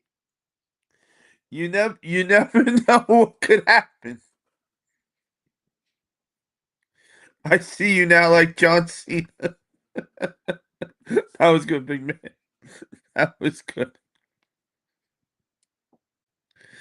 Oh, all I kept thinking the whole time was, I hope it didn't take the stream down. At least I hope that the stream is still going.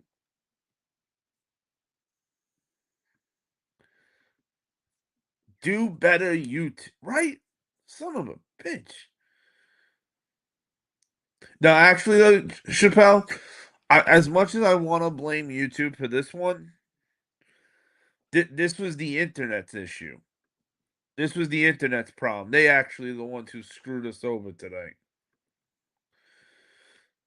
So apparently, there's been like outages and internet issues all day out here in the Carolinas.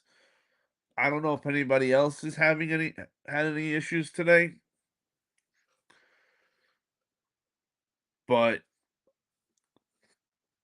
that unfortunately, there was a lot of issues, but they actually sent me text messages letting me know that the power outages and everything are now everything's back, everything's good.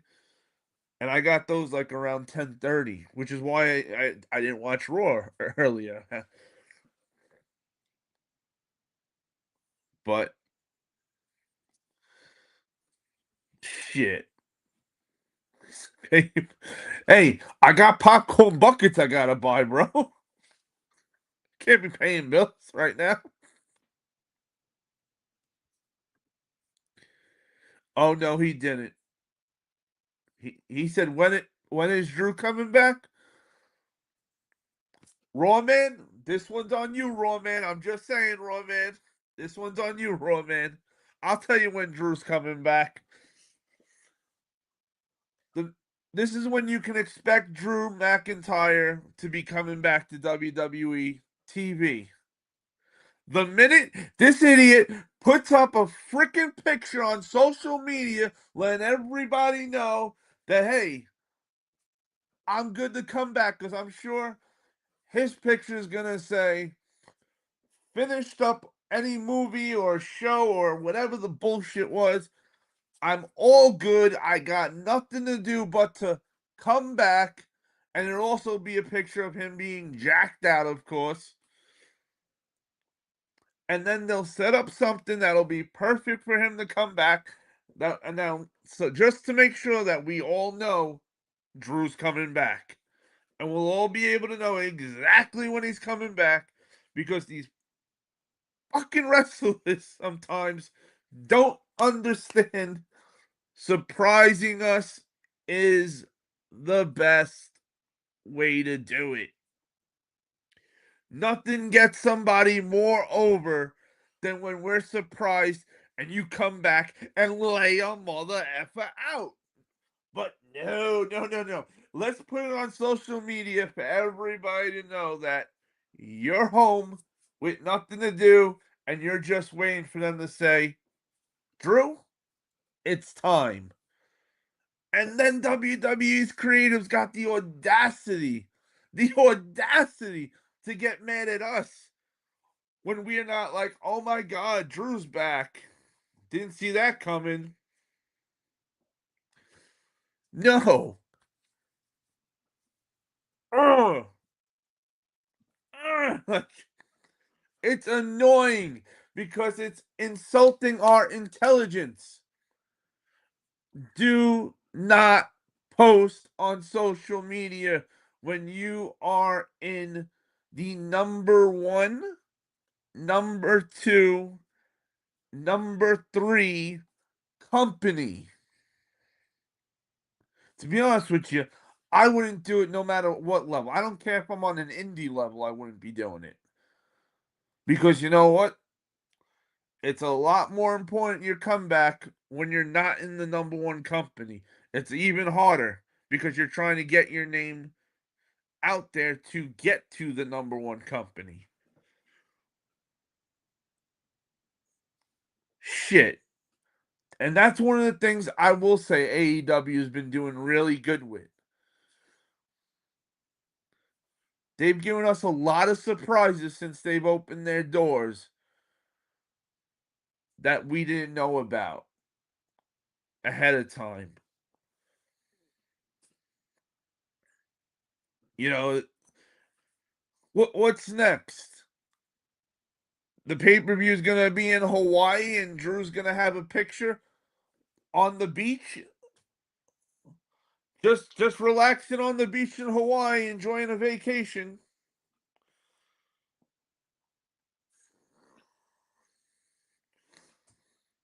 And that's the biggest question, though. Realistically, SmackDown, you're drowning. Why are you not pushing SmackDown harder than ever right now? No, let's just keep giving people bullshit. No, sorry, not bullshit. We're talking Andre the Giant, 100-degree, swamp ass shit. And that's right. And in case you don't know who Andre the Giant is, then A, you're on the wrong channel to begin with if you don't know who Andre the Giant is. So you already got more issues than I can start. B, Andre the Giant shit is probably bigger than elephant shit. Just saying. Either way, it's a lot of shit. It's a lot. And I will be damned if we're going to deal with it. No way. No way are we dealing with that bullshit. Hell no. And I gotta mow my own lawn tomorrow. Get the fuck out of here. I gotta pay HOA. Son of a bitch.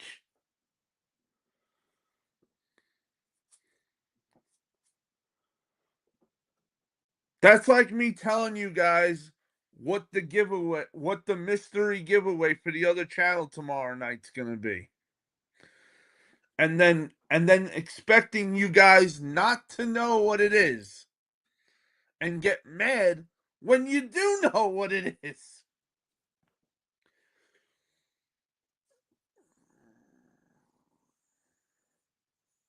I can't. I fucking can't sometimes with these people. And like I said, I understand it. I keep it realistic. I live in reality. Well, I myself might not live in reality at times. And if you don't believe me, come look at my popcorn buckets. No normal person has this many popcorn buckets and shoes and all this other shit.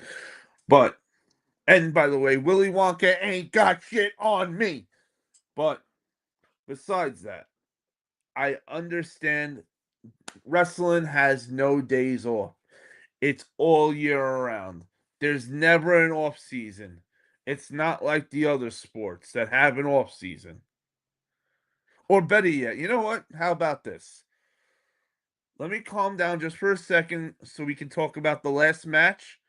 And right after that, we're going to get into how the fuck WWE and, say, NBA basketball is on the same category or level or whatnot. They're on the same station. Say with they're all on they're both on ESPN. You want a rant? I'll give you a rant. Right after we cover this last match, I'll give you a real fucking rant tonight. All right, we got the last match is the tag match. We got the Usos versus that guy who can't stop yelling out "yeah" randomly versus Solo Dolo shooting pew pew pew pew all over the place. And not for nothing. Yo, Solo, hook a brother up. You must have a massive suit connect because you wearing these fly ass suits every week. So hook a brother up. I got some parties, some weddings I gotta go to.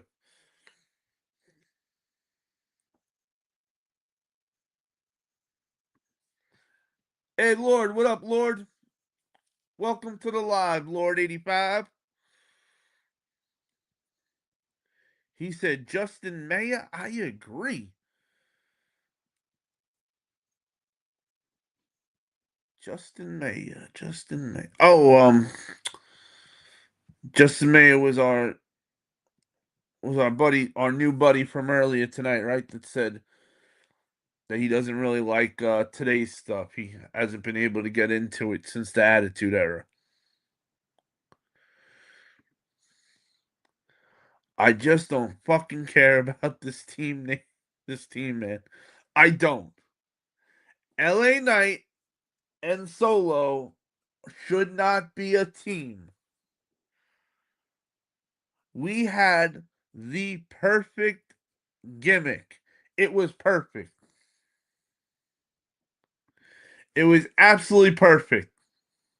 And because of the way they made Solo do this, I can't even like Solo anymore. Solo's officially a bitch. I can't like Solo. He's not a man of his word. He said, if I lose to Jey Uso, I will go back to the family. Well, you didn't keep your word, so if you're not a man of your word, then what are you then? You're a bitch. It's the bottom line. You're an absolute bitch if you don't keep your word. There's few things you got in this world, and if keeping your word isn't a priority to you, you ain't nobody I'm fucking with.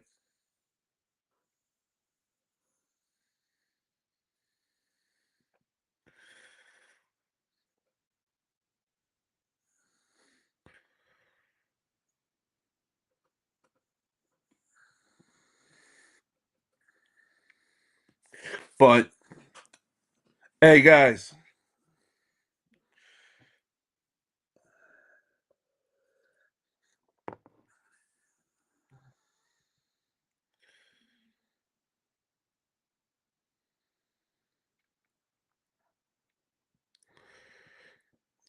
big man, leave it alone, man.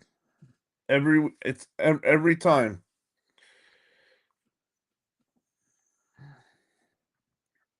with Donald. He answered you back all night.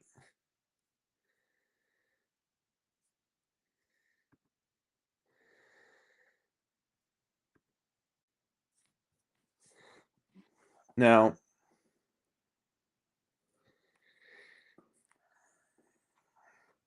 so this team went Sorry, chat.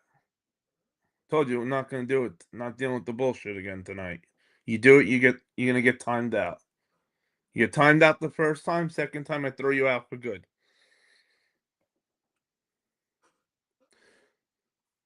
No, no, do you? You've been more than good. Every week it's something with him. He was doing so good tonight too. I don't understand what the hell happened. But you know, we're not gonna let him throw us off course. We had we got Solo and LA Knight, the team that nobody gives a shit about, versus the Usos.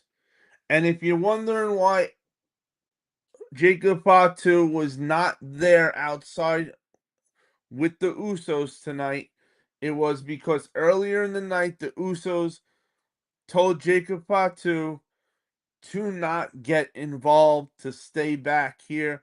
They're not getting along. They're having a lot of problems. You know, Roman Reigns needs to check this shit real quick because if the twins and Jacob do not get on the same page, this bloodline is doomed. They will not keep going as a dominant faction if they're not all together as one. And I am so disappointed with Solo. We could have had some of the best comedy of all time with Solo back with the bloodline. Now, I'm not saying Solo falls in line. Hell no. I want to see Solo when they're all doing the one, him laughing or something, and then they turn around and look at him, and then he's all automatically like, you know, shit like that would have been so funny. Because Solo has shown us a comedy side to him, and the fans enjoyed it. They loved it. They would laugh about it. Everybody's laughing when he does his comedy stuff. And and what better? He's a big dude, so he's a good wrestler. You can take him serious as a wrestler in the ring. We could have had a lot of great segments with the bloodline and Solo. And I could have been cheering for Solo because he would have been a man of his word instead of him being a bitch. But I will not cheer for someone who cannot keep his word. Oh, I grew up a street kid. Bro, all you had in the streets was your word. You weren't a man of your word, you got beat up. And you deserve to get beat up if you're not a man of your word.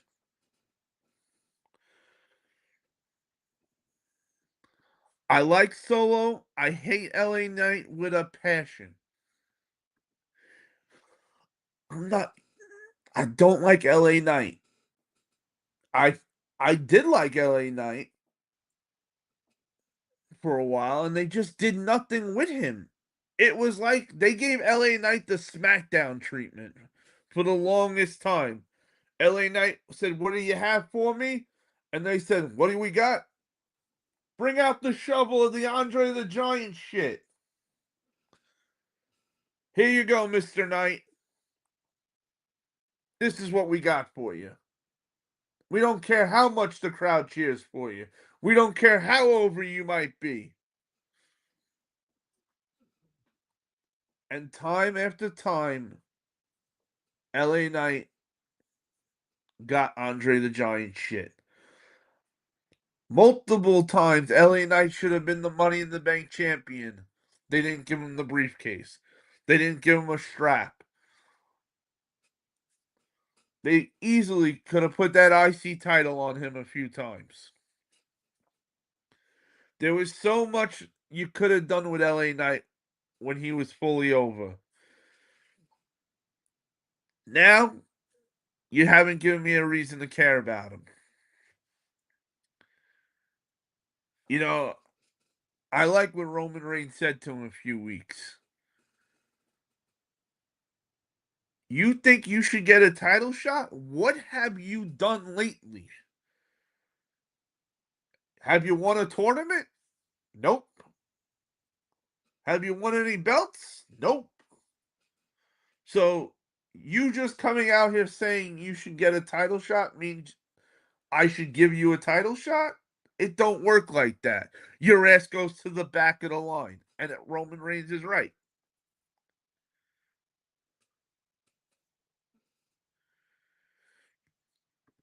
Hunter, did you hear stupid ass Corey Graves when he called Royce Keys powerhouse Hobbs?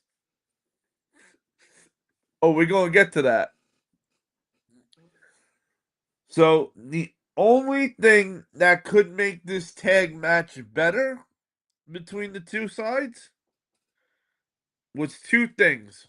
One is if it never happened.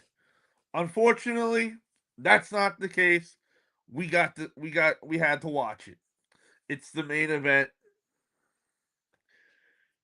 Two is that a neutral party or somebody new comes out and gets involved. Luckily, WWE did do that right because what night of the week is it? It's Monday, not Friday. That's right. It's not Friday. It's Monday. So there's hope always. And we had Royce Keys debut with a faction. Hey, I've been wanting to see factions forever. We need more factions. And Royce Keys, I like the guys they put with him. They've already established. What up, 402? What up, Low Top? They already established that Royce Keys is from the streets, right? Perfect. He's from the streets. Great. So if Royce Keys is going to come back to Monday Night Raw with new people, which was good that they didn't give him guys that are already on the roster, they gave him somebody new from NXT. The only guys you can give him right now from NXT that makes it work with where Royce Keys is from is what are their names? JTG or JTM? My apologies. I can't believe I don't remember their names. What their tag name was in NXT. But they're both from that life. They dress like it, they look like it. They're big boys. They're not little guys. They're big monster boys. And it worked. Royce Keys and his new crew are a legit threat. The, the way those boys grabbed Jey Uso's arm, one of them grabbed his arm, had his arm straight out on one side and the other on the other side, and lifted him up and threw him through the table on the outside was beautiful. I've never seen anybody pick up Jey Uso that high. Never. Whether it was one guy, two guys, or three guys. Nobody has launched Jey Uso that high up down into a table. Now, to what Raw Man said, Hunter, did you hear stupid ass Corey Graves when he called Royce Keys Powerhouse Hobbs? Oh, yes, I did. Hey, Corey Graves, man, get your house in order. Yo, big, you so hung up on Big Cass, you making errors now during the night. Yo, Big Cass is running rent free in your mind, my boy. Let it go. Just let it go, bro. You married Carmella. Who cares what happened with him and Carmella? That shit was 8 years ago. You still holding on to 8 years, man? something ain't happening at home, bro. Let me know, bro, if you need to, if you need to go to a massage parlor or something to get your mind right. If it ain't happening at home for you, boy. Cause you need to let that 8 year stress go. It's fucking up your game. D said I'm calling it now. Royce Keys, Solo, Knight, and the NXT boys versus the Bloodline in War Games.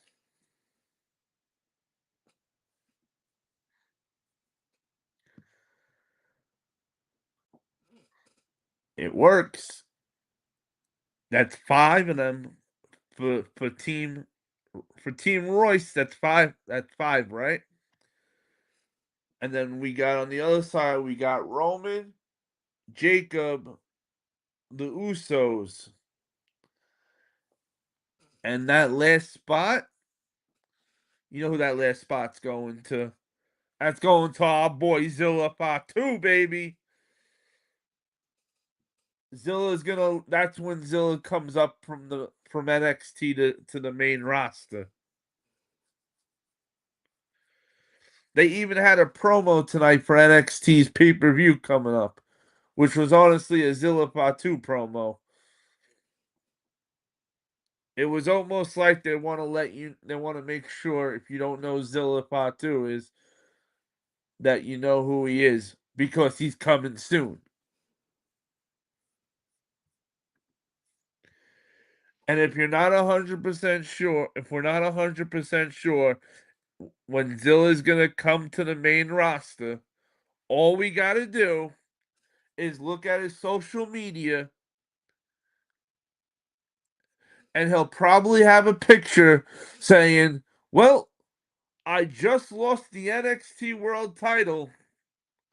Nothing to do anymore. I've done everything I needed to do in NXT." Question marks, right? That'll probably be the social media post.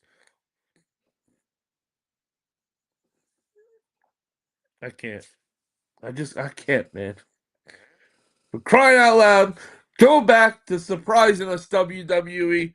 We want to be surprised. Is there anybody in the chat right now that wants to know when a guy's gonna when we're gonna have a sneak attack when we're gonna have a surprise? Do you want to be surprised or do you want to know ahead of time so that way the surprise is ruined for you?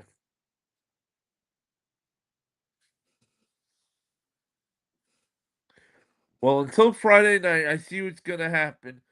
Probably nothing good on SmackDown. SmackDown's done. We're done with SmackDown. Told you. We are not going to cover SmackDown over here until SmackDown gives me 2 good shows. 2. Because I'm not letting them off the hook with 1. Anybody can give us 1. We need 2. We have to blame WWE for that, brother. They have a show showing everyone everything. So they don't care about wrestlers posting anything. Oh, absolutely. This is and the best part though is that this is an easy fix. Easy fix as could be. All you got to do is tell the wrestlers to not do it. It's not like this is a hard fix. This is the easiest thing that WWE can correct right now. Like, if I was Triple H, I would be donkey punching some of them when they do it. Or better yet, I'd be calling them up when they do it and be like, guess what? Guess who's not making their debut back on the main roster now? We'll try again in 3 months. Enjoy being bored as shit. Click. Because it stuff like this shouldn't be how we're figuring stuff out. This isn't a dirt sheets that went out of their way to find something out to ruin everything for us. This is the wrestlers themselves posting pictures when they shouldn't be. Which is why I loved it back in the day, wrestling. When Undertaker and those guys were wrestling. When Undertaker, Bret Hart, Austin, when those guys were doing it. And before. When kayfabe was a real thing. When good guys and bad guys did not eat in in public together.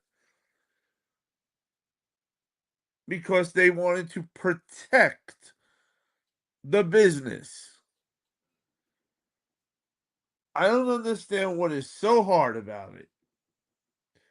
And you know what? I wouldn't give a shit what got admitted to the public, what the public knows or thinks they know. If I was WWE, I would continue doing shit like they did. I would continue treating the company like kayfabe. You have a belt from my company. I better see that belt on you if you're taking any social media pictures. I want to hear fans ran up to you in the airport while you were walking around as the world champion with the belt on your freaking shoulder. I don't want to hear any of that's not happening. Which is one of the reasons why I always loved New Japan. They tried it. They treated wrestling so much better. They treated the whole sport of wrestling better. They treated it like it was. They treated it like it wasn't predetermined. And that's how it needs to be treated. Just because we know it's predetermined doesn't mean they have to treat it like it's predetermined. We do not want to see bad guys and good guys together in public. And for what they're getting paid, I don't think this is hard. This is much to ask. We're going to give you a salary that sets you and your family up for life. And obviously that's for the guys that are on the WWE roster or some of the top guys for AEW on the pay thing. But if you get to that point of the wrestling business where you're making real cash, I do not think it's a lot to ask from talent to treat this shit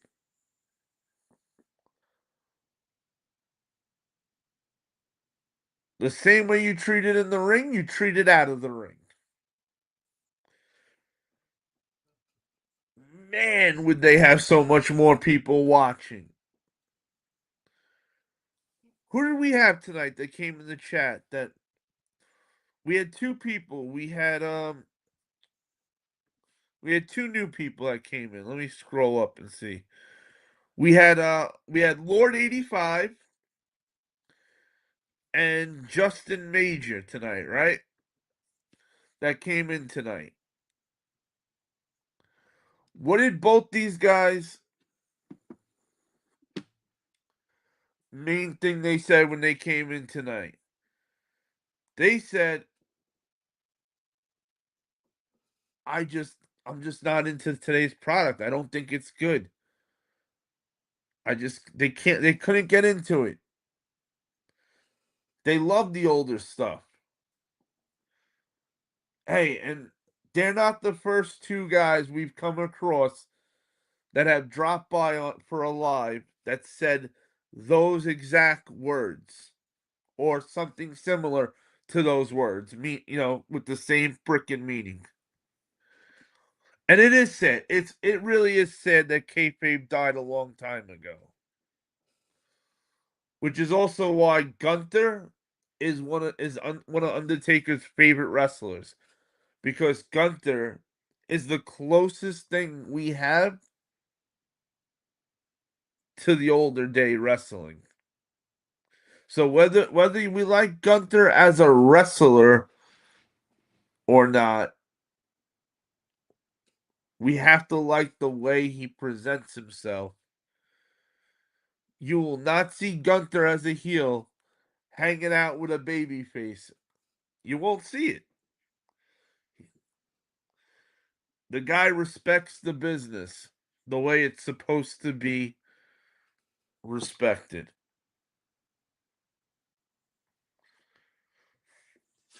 But it is holy shit, it's 3:30.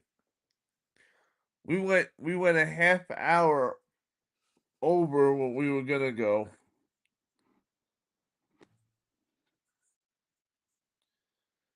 Damn. D, we went a half hour over our time. Shit, D. Can we blame Raw Man? We're gonna blame Raw Man for this too, right? Raw Man, we could blame you for that one, right?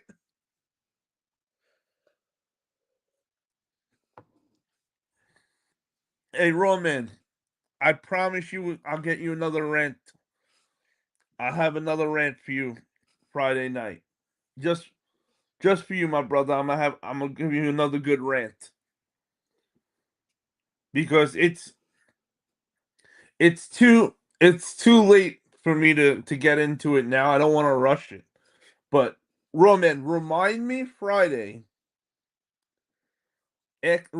or if you could remember, ask me my thoughts on how they compare wrestling to football, basketball, like sports, like how it's all compared to the same thing it's supposed to be. If you could try to remember that, that would be great. Because I got such a fucking rant on that.